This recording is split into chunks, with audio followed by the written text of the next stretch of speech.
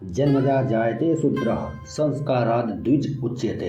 अर्थात मनुष्य शूद्र के रूप में उत्पन्न होता है तथा संस्कार से ही द्विज बनता है। मनुस्मृति में वचन है कि विप्राणाम ज्ञानतो ज्येष्ठम क्षत्रियाणाम तो वीरतः। अर्थात ब्राह्मण की प्रतिष्ठा ज्ञान से है तथा क्षत्रिय की बल वीर्य से है। श्रीमद् भगवद गीता में प्रभु श्री कृष्ण कहते हैं, चातुर्वर्ण्यम मया सृष्टम गुण कर्म विभाग सह तस्य कर्तारमपि माम विद्य कर्तारमव्ययम्। यहाँ स्पष्ट रूप से यह समझा जा सकता है कि भगवान ने स्वयं वर्ण व्यवस्था का आधार गुण एवं कर्म बताया है, न कि जन्म से। जन्म से अगर आप ब्राह्मण हैं और कर्म आपके शूद्र वाले हैं तो आप शूद्र कहे जाएंगे। अगर आप जन्म से शूद्र हैं और कर्म उच्च कोटि के हैं तो आप ब्राह्मण कहे जाएंगे। देव, दैत्य, दानव, राक्षस, यक्ष, गंधर्व, किन्नर, नाग, इन सब की उत्पत्ति का विस्तार से वर्णन हमारे वेद पुराणों में मिलता है। वेद और महाभारत पढ़ने पर हमें पता चलता है कि आदिकाल में प्रमुख रूप से जातियां थीं, देव, दैत्य, दानव, राक्षस, यक्ष, गंधर्व, किन्नर, नाग आदि। देवताओं को सुर तो दैत्यों को असुर कहा जाता था।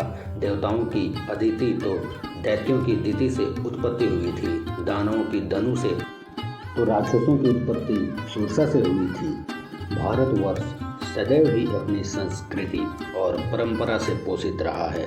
इसका परिणाम ये हुआ है कि भारतवर्ष सब प्रकार से समृद्ध हुआ, चाहे वो आर्थिक रूप से हो या फिर सामाजिक रूप से। भारतवर्ष की वैश्विक संपदा सहस्त्राब्दियों से संपूर्ण विश्व में सर्वोत्तम रही है। इसका सबसे प्रमुख कारण था सनातन में उसकी एकनिष्ठ आस्था। सनातन एकमात्र ऐसा कारक है जिसे भारतवर्ष की महानता का उत्तरदायी बिना किसी प्रमाण के माना जा सकता है। भारतवर्ष का सनातन धर्म अपने आप में पूर्ण एवं अस्थायी है। भारतवर्ष की सामाजिक एवं आर्थिक समृद्धि उसकी शत्रु भी बनी है। यहाँ उपस्थित धन, धान्य और संपदा से प्रभावित होकर लुटेरे यदा कदा भारतवर्ष आते रहे हैं। मजहबी कट्टरपंथ भी एक महत्वपूर्ण कारण था, जिसके कारण बाहरी आक्रमणकारियों को भारतवर्ष की सभ्यता को नष्ट करके यहाँ के लोगों को अपना गुलाम बना लेने की प्रेरणा मिलती रही। हालांकि ये सब इतना आसान नहीं था। किसी भी राष्ट्र के संगठन में दरार बना देने से यह काम आसान हो जाता है। पहले मुगलों और फिर बाद में अंग्रेजों ने हिंदुओं में फूट डालकर भारतवर्ष की अखंडता को मलिन करने का दुष्कर्म किया। भारतवर्ष के सामाजिक ताने बाने को इस सुव्यवस्थित तरीके से ध्वस्त किया गया, जिसका परिणाम सदियों तक बना रहे और यह बना हुआ है। इन षड्यंत्रों में सबसे प्रमुख और घातक था समाज को जातियों में विभाजित कर देना। आज भारतवर्ष जातियों में न केवल विभाजित है, बल्कि यह जातिगत भेदभाव राष्ट्र की सामाजिक संरचना को लगातार क्षति पहुंचा रहा है। वास्तव में सनातन में जिस वर्ण व्यवस्था की परिकल्पना की गई, उसी वर्ण व्यवस्था को छिन्न भिन्न करके समाज में जाति व्यवस्था को स्थापित कर दिया गया। समस्या यह है कि आज वर्ण और जाति को एक समान माना जाता है, जिससे समस्या लगातार बढ़ती जा रही है। इस वीडियो में वर्ण और जाति के मध्य उपस्थित अंतर को समझने का प्रयास करते हैं। वर्ण व्यवस्था कार्य क्षेत्र के चुनाव पर आधारित थी, न कि किसी कुल विशेष में जन्म लेने के कारण। सनातन में वर्णित वर्ण व्यवस्था के अंतर्गत व्यक्तियों को 4 वर्णों में विभाजित किया गया है, जो ब्राह्मण, क्षत्रिय, वैश्य और शूद्र हैं। गीता में वर्ण व्यवस्था की व्याख्या करते हुए प्रभु श्री कृष्ण कहते हैं, चातुर्वर्ण्यम मया सृष्टम गुण कर्म विभागशः तस्य कर्तारमपि माम विद्यो कर्तारमव्ययम्। अर्थात यहाँ स्पष्ट रूप से यह समझा जा सकता है कि भगवान ने स्वयं वर्ण व्यवस्था का आधार गुण एवं कर्म को माना है। इसका कहने का मतलब ये है कि अगर कोई व्यक्ति ब्राह्मण कुल में जन्म लेकर शूद्र का कार्य करता है तो वह शूद्र कहा जाएगा, न कि ब्राह्मण।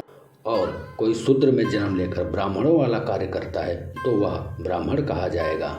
ब्राह्मण वे थे जिन्होंने समाज में शिक्षा के प्रचार प्रसार का धार्मिक कार्यों का उत्तरदायित्व ग्रहण किया था। इनका प्रमुख कर्तव्य समाज में मूल्यों को स्थापित करना था। ब्राह्मण शिक्षा के माध्यम से यह कार्य करते थे।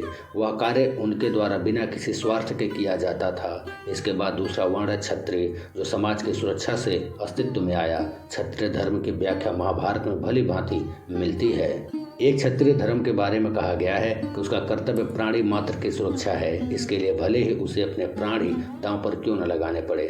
वैश्य और शूद्र ऐसे व्यक्ति हैं जिन्होंने उद्योग, वाणिज्य, कला एवं सेवा के सर्वोत्तम विकास का दायित्व अपने हाथों में लिया।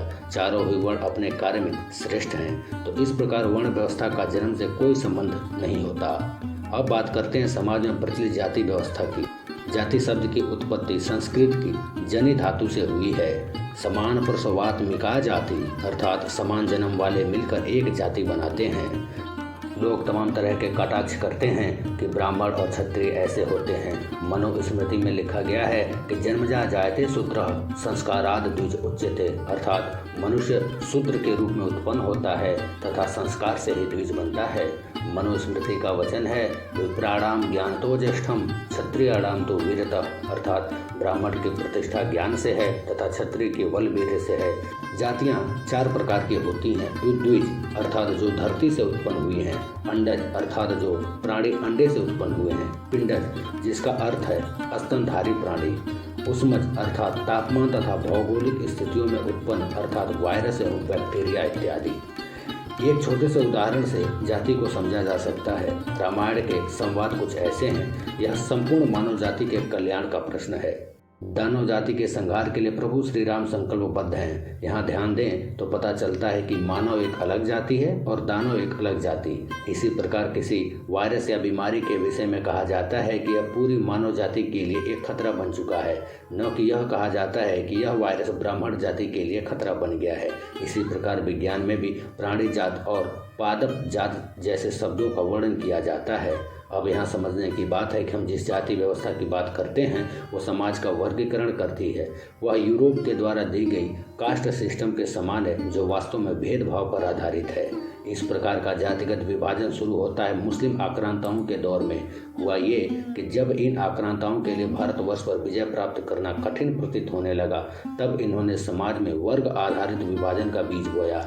ये आक्रांता चतुर थे और उन्हें मालूम था कि भारतवर्ष को तोड़ने का कार्य इतना आसान नहीं है, इसलिए उन्होंने तमाम तरह के हथकंडे अपनाए, साहित्यिक उलटफेर करवाए, भारतवर्ष के लोगों में अपनी ही संस्कृति के प्रति घृणा उत्पन्न करने के लिए सामाजिक विचारकों को आगे लाकर खड़ा कर दिया। यह कार्य सदियों तक चलता रहा और जो कार्य मुगलों तक अधूरा रहा उसे यूरोपियों ने पूरा किया।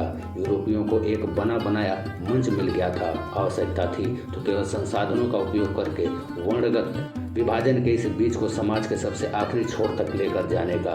यूरोप में जो अलग अलग प्रकार का भेदभाव पनप रहा था, उसी से प्रेरणा लेकर अंग्रेजों ने भारतवर्ष की सनातन से चली आ रही वर्ण व्यवस्था को जातिगत व्यवस्था में बदल दिया, जिसका आधार ऊंच नीच और श्रेष्ठता था।